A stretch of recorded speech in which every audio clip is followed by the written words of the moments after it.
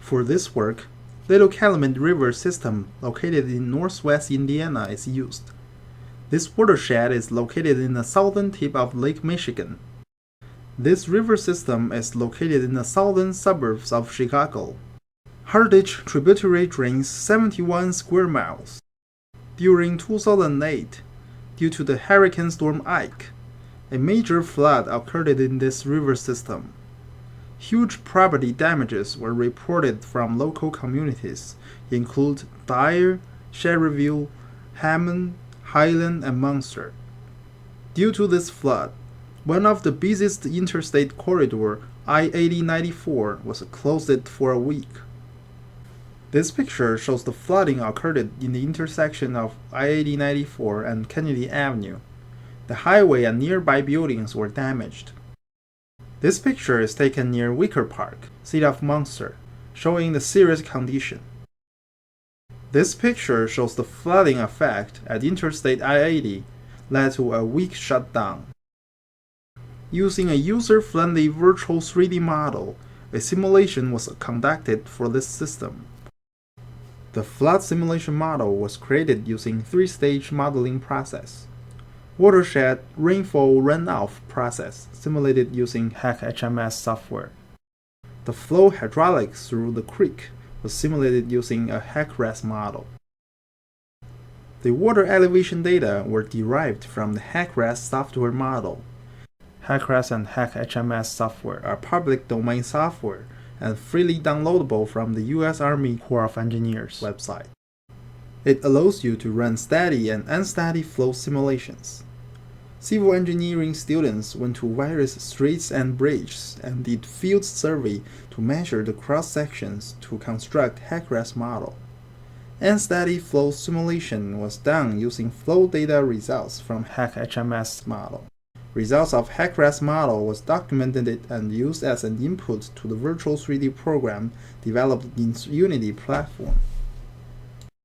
An interactive 3D environment has been created to explore the flooding details using a cross-platform 3D graphics engine called Unity 3D. This platform allows us to combine different types of data and develop interactive visualizations. This model was developed in Unity for PC, web, and 3D virtual reality environment based on the HACRAS model and other GIS data, including water levels gathered during a real-world event in 2008. Here we see a hydrograph for the Little Calumet River. On the x-axis, we have plotted time in hours. On the y-axis, we plotted volumetric discharge, also called water flow rate, symbolized as Q, and plotted in units of cubic feet per second. The hydrograph shows us the unsteady nature of the flow. We can see the rising limb, peak flow, the falling limb of the hydrograph. In order to understand the variation between Q and the flow depth, symbolized as H, we can plot the stage-discharge relationship for this location. We see that flow depth in feet plotted on the y-axis, and the water flow rate in cubic feet per second on the x-axis. We see that water flow rate and flow depth are directly related for a river or stream, and an increase in water flow rate results in an increase in the flow depth. We see that the relationship between stage and discharge is nonlinear. The one common method to capture this relationship is called the Manning's equation. The relationship between stage and discharge helps us to understand how increased flow rate will result in flooding of the river beyond the extent of its bank. The hydrograph was simulated for Harditch and the Little Calumet River using field measurements, HACRAS, and the visualization software, and we can visualize the effect of the hydrograph here. Watch as we scroll through the hydrograph and see the effects on the surrounding landscape. During the rising limb of the hydrograph, we see that the inundation level rises as water pours over the banks of the stream into the floodplain. At peak flow, the water level has reached the foundations of buildings and flooded a portion of the city, as well as the interstate seen across the middle of the screen. This water level represents the peak flow level for the 2008 flood. The flooding prompted watershed management decisions, including the construction of levees, which we'll talk about later. We now see the falling limb of the hydrograph, where the water recedes as the flooding subsides. The visualization of the hydrograph has illustrated unsteady flow, meaning like the volumetric discharge is varying in time. The unsteady flow for this hydraulic event include the rising limb, peak flow, and falling limb of the hydrograph, which illustrates the flow rate changing over time. Here we are considering three cross-sections. Cross-section 1, 2, and 3. A reach can be defined as the segment of river between cross-sections. Here, reach 1 is defined as the channel between cross-section 1 and 2. Similarly, reach 2 is defined as channel between 2 and 3. Now let's go to the intersection of Columbia Avenue.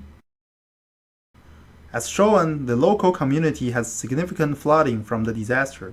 The 100-year floodplain is shown on the visualization. By clicking on the 100-year floodplain button, the 100-year floodplain is highlighted as a red zone. The user can also click on Shape or Outline to change how the floodplain is displayed.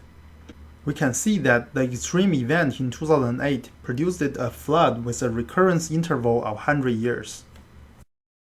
The 100-year floodplain provides a mapping of the flood water level of inundated area from a 100-year flood. Federal Emergency Management Agency, or FEMA, manages the National Flood Insurance Program and oversees updating of 100-year floodplain maps. Based on occurrence of the 2008 flooding and the mapping of the 100-year floodplain managers make the decision to mitigate flooding in the Little Calumet River. When flooding occurs, the flooding can cause damage in the right bank or in the left bank or in both banks. It depends on the land elevation in the considered area. We need to plan flood prevention structures such as levees to avoid this flooding. Levees provide a longitudinal hydraulic control measure to reduce monetary damage to property during flooding. Levees are a natural or artificially constructed field or wall which regulates water levels in a river reach. One project headed by the Army Corps of Engineers has been to construct levees along Little Calumet River. To see the effect of the added levees, click on the Levees In button in the control menu. It is obvious to see that the levees are helpful to prevent flooding. Toggle with the button to compare the result. Flow in the river is highly influenced by the resistance offered by the bed materials or vegetation. If the cross-sections are filled with debris, shallow water vegetation, the Manning's N is higher. For a channel giving maximum frictional resistance, Manning's N is higher, like 0.4. When the channel is well maintained with less frictional resistance, it is very low, like 0.01. Increased Manning's N is a factor which can reduce smooth flow and influence larger flooding. A sluice gate is a hydraulic control structure that is used to regulate discharge in the river reach. During 2005, we see the hydraulic event produced flooding in Harditch, although the flooding is not so pronounced. One reason the flooding wasn't as severe is the open sluice gate. In 2008, the sluice gate was partially closed in order to avoid flooding in the downstream reaches of Little Calumet River. We can see the influence of the sluice gate on Harditch during the 2008 event by clicking on the sluice gate button. Control of the sluice is a difficult flood management decision in which upstream and downstream monetary losses must be weighted by the Army Corps of Engineers and watershed managers during times of flooding. We can see the effect of different sluice gate conditions by clicking the Show All Plus button. This will show all the hydrographs for a side-by-side comparison. Flood modeling is considered to be the most important task by U.S. Army Corps and Federal Emergency Management Agency for designing remedial alternatives, floodplain delineation for flood insurance rate maps, and flood mitigation works.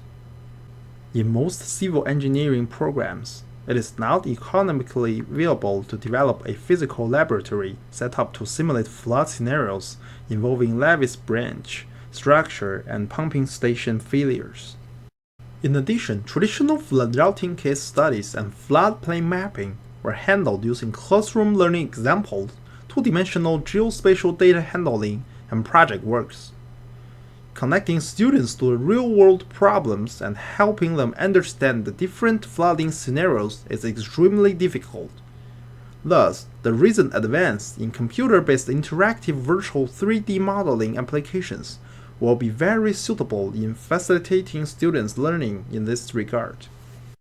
When the user starts the application, they will see the virtual environment of Northwest Indiana located along the Little Calumet River and Hard Ditch.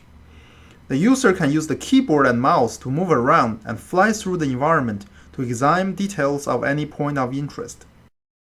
Clicking on the control menu allows the user to call other functions.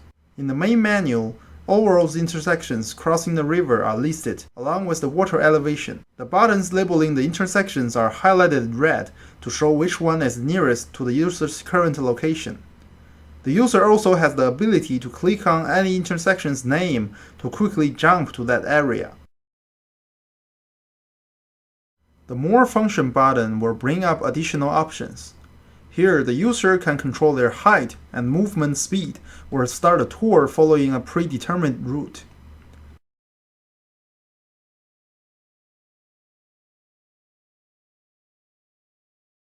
Near the top of the screen is a slider bar.